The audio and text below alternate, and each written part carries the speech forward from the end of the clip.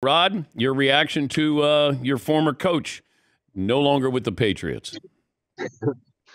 Good morning, Dan, first and foremost. And to me, this was expected. Even if he had a successful season in New England, I expected him to move forth after this season. It's time. It's nothing else he can accomplish there.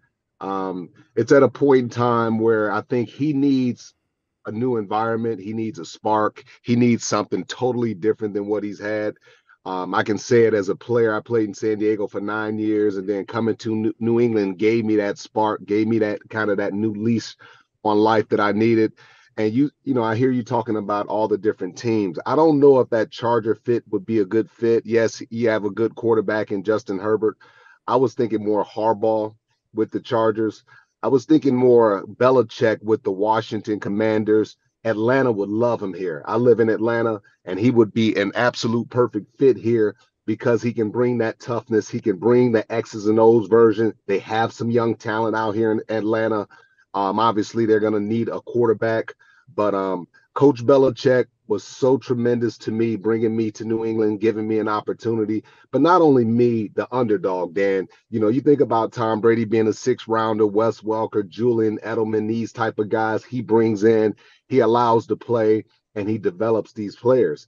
And I tell you, I wouldn't be here sitting in the media and really where I'm at in my career if I didn't have an opportunity to play for Coach Belichick because I learned so much from him. You remember your first experience with Belichick?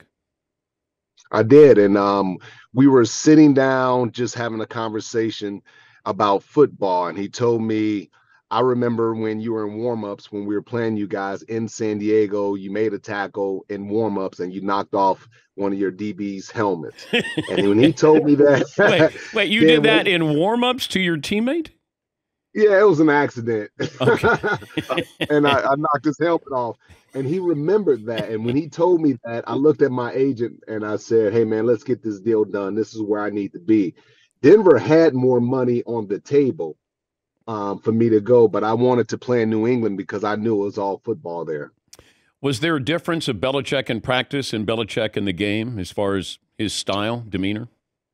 Not really. He was always a sarcastic, pretty sarcastic, when it came to it.